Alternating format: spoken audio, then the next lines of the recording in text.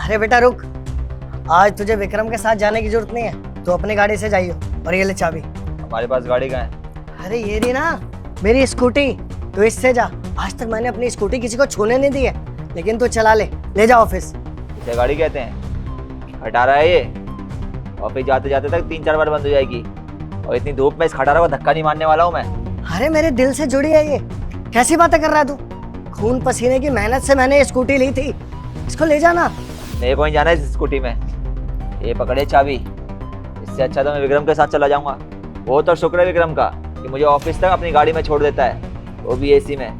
वरना इतनी धूप में मेरी क्या हालत होती मैं ही जानता हूँ। अरे क्या बात कर रहा है यार, मेरी गाड़ी भी तो तेरी है, हम दोनों दोस्त हैं, और वैसे भी एक ही जगह तो जाना होता है, इसीलिए मैं तुम्हें ले चलता हूँ। सही है यार, तू भी कितना खुशनसीब है।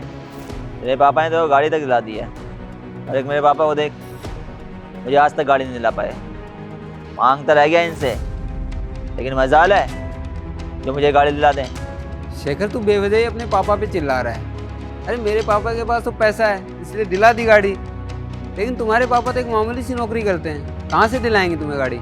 मालूम है भाई, अभी तो इनसे कोई उम्मीद नहीं लगा रखता मैं, पर ऐसी हरकतें करके मेरा दिल क्यों दुखाते रहते हैं। अरे क्या है आपको, आप क्यों हमेशा पापा जी को ताने मारते रहते हैं? तुम ना अपना काम करो, समझी? और पापा, आज के बाद मुझे कभी स्कूटी चलाने के लिए दे मत देना।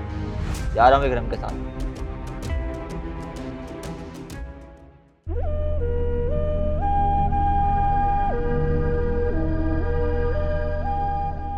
पापा जी आप उदास मत होइए, आपको पता है ना वो ऐसे कुछ भी बोल देते हैं, आपको ध्यान नहीं देना चाहिए उनकी बातों पे। बेटा आज मुझे एक बात तो समझ आ गई कि माँ बाप अपने बच्चों के लिए चाहे कुछ भी कर लें, लेकिन बच्चों को हमेशा यही लगता है कि उनके माँ बाप ने तो उनके लिए कुछ किया ही नहीं। नहीं पापा, आपसे वो बहुत प्यार करते हैं और आपकी बातों को भी समझते हैं। उन्होंने ना गुस्से गुस्से में कह दिया होगा आपसे। गुस्से में नहीं बेटा, एक बाप सब कुछ बर्दाश्त कर सकता है, लेकिन अपने आप को नीचा गिरता हुआ बर्दाश्त नहीं कर सकता। अरे अपने दोस्त के पापा से मेरी बराबरी कर रहा था। अरे उसका बाप लाखों कमाता है और मैं हजारों कमाता हूँ। इतनी अच्छी जिंदगी दी है उसे, फिर भी कहता है कि मैंने उसके लिए किया क्या है। देखिए पापा, हमें पता है आपने हमें अच्छी जिंदगी दी है, एक अच्छा घर दिया है। आपको इतना सोचने की या फिर निराश होने की कोई ज़रूरत नहीं है। एक बात बोलूं, गलती तो आपकी है। इकलौते बेटे हैं ना वो आपके, आप उनकी सारी ख्वाहिशें पूरी करते जा रहे हो, और जैसे जैसे आप उनकी ख्वाहिश पूरी कर रहे हो उनकी ख्वाहिशें और बढ़ती जा रही हैं। इसलिए तो वो आज गाड़ी की डिमांड कर रहे हैं। नहीं बेटा, उसे गाड़ी चाहिए ना, हाँ मैं उसके लिए गाड़ी लेके आऊंगा और उसको दिखाऊंगा कि माँ बाप अपने बच्चों की खुशी के लिए क्या कुछ नहीं करते। पापा हमें कोई गाड़ी नहीं चाहिए, आप उनकी बातों पे ज्यादा ध्यान मत दीजिए और स्ट्रेस तो बिल्कुल भी मत लीजिए। बहू तो मुझे मत समझा, मैंने फैसला कर लिया है, मैं उसके लिए गाड़ी लाऊंगा तो लाऊंगा। अच्छा ठीक है पापा जी, अभी हम आराम से बात करेंगे पहले, और शेखर ना खुद ही बता देंगे आपको कि उनको गाड़ी चाहिए कि नहीं। अभी आप चाय पीजिएगा। हाँ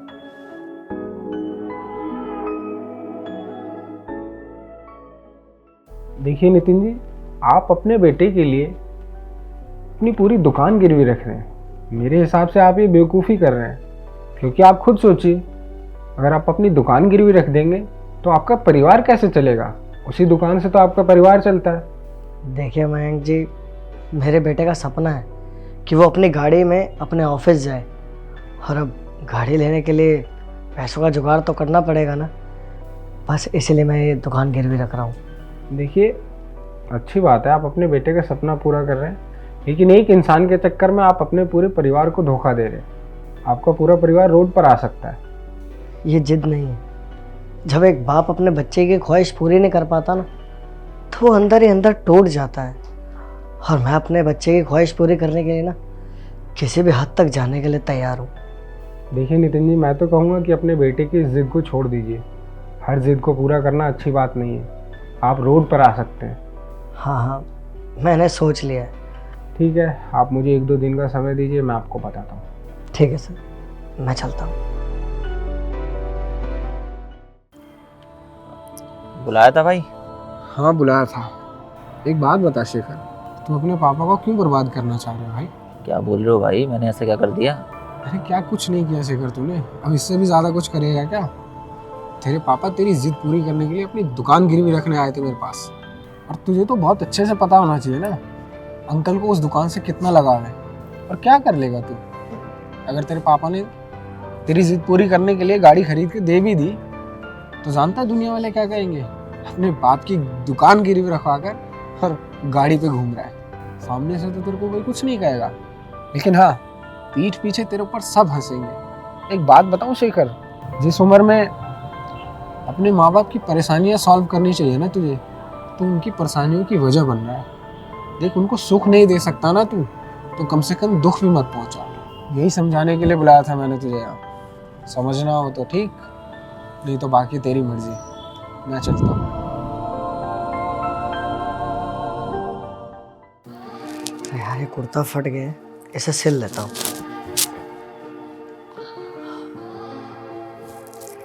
आ गया बेटा तू? क्या हुआ पापा, क्या कर रहे हो? कुछ नहीं बेटा, ये कुर्ता फट गया था तो सोचा सिल लेता हूँ। नया नया है क्या? चलो। अरे नहीं नहीं बेटा, क्या ज़रूरत है पैसे खर्च करने की? अभी इससे मेरा काम चल जाएगा।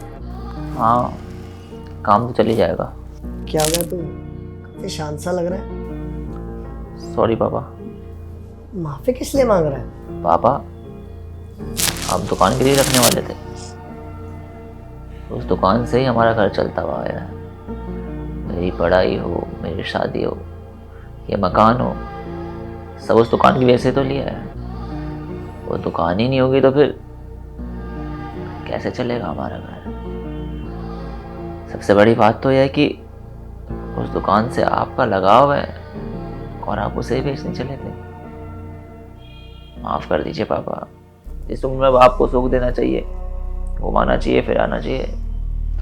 उस उम्र में भी आपसे डिमांड कर रहा हूँ मैं। ये भूल गया कि मेरे पिताजी ने मेरे को कितनी मेहनत से पाला है। खुद दिन नहीं देखा, रात नहीं देखा, दिन रात मेहनत करी, खुद खाली पेट भी रही, लेकिन हमें हमेशा अच्छा खाना खिलाया, अच्छे स्कूल में पढ़ाया। सही में पापा, समझ में आ गया है। कई बार बच्चे भूल जाते हैं माँ बाप के किए हुए त्यागों को। मैं भी भूल गया था। ये बात तो समझ में आ गई है पापा कि दिखावे का कोई फायदा नहीं है। दिखावे से कौन खुश होगा? कोई नहीं। हमारे मन को बस तसल्ली मिल जाएगी कि सामने वाले को लगेगा कि हमारे पास ये है वो है, लेकिन सच तो यह है कि दिखावे से अपना ही नुकसान होता है। असली खुशी तो इसी चीज में है कि माँ बाप खुश रहे, माँ बाप के चेहरे पे खुशी आए। जो बच्चा माँ बाप के चेहरे पे खुशी ला देता है, माँ बाप की जिंदगी में सुकून लाता है, उसी की जिंदगी सफल है। वरना खाली जीना है और कुछ नहीं। अरे कैसी बातें कर रहा है तू? बेटा है तो मेरा, और एक बाप का तो फर्ज होता है अपने बच्चों की सारी ख्वाहिशें पूरी करने का। तो बस वही तो कर रहा था। पापा, मैंने ख्वाहिशें अपनी औकात से ज्यादा की रखी हैं, लेकिन अब नहीं रखूंगा। अगर रखूंगा तो खुद के दम पर पूरा करूंगा, आपको परेशान नहीं करूंगा। कोशिश करूंगा कि मेरी वजह से आपकी जिंदगी में खुशियां ही आए, कभी कोई तकलीफ ना हो आपको मेरी वजह से। अरे आज लगता है मेरा बेटा बड़ा हो गया।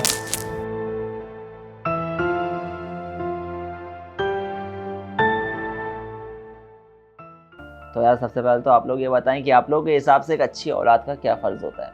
कहानी में हमने ये चीज़ देखी कि जवानी के दौर में कई बार औलाद झूठे दिखावे के चक्कर में अपने माँ बाप से ऊंची आवाज़ में बात करती है, उन्हें परेशान करती है, जो कि गलत है। अरे झूठे दिखावे के चक्कर में क्या होना है? ना सामने वाला खुश होना है, ना आप खुश होने हो। बस खुश होती है या सेटिस्फाई होती है तो आपकी ईगो, और ईगो को सेटिस्फाई करके क्या मिलेगा? अगर आपके माँ बाप ही आपकी वजह से खुश नहीं है, आपके माँ बाप के चेहरे पे आपकी वजह से मायूसी आ रही है, तो फिर आपका इस दुनिया में रहना ना रहना बराबर है। जिसने माँ बाप के दिल को खुश कर लिया, उसने दुनिया की सबसे बड़ी जंग को जीत लिया। इसलिए माँ बाप की खुशी को अपनी पहली प्राथमिकता रखें। अगर ऐसा करेंगे तो स्वयं ईश्वर भी आपसे खुश होगा। वीडियो पसंद आई हो, वीडियो का मैसेज पसंद आया हो तो हमें सपोर्ट करें। मिलते हैं आप सभी लोगों से जल्द एक नई वीडियो में एक नई स्टोरी के साथ।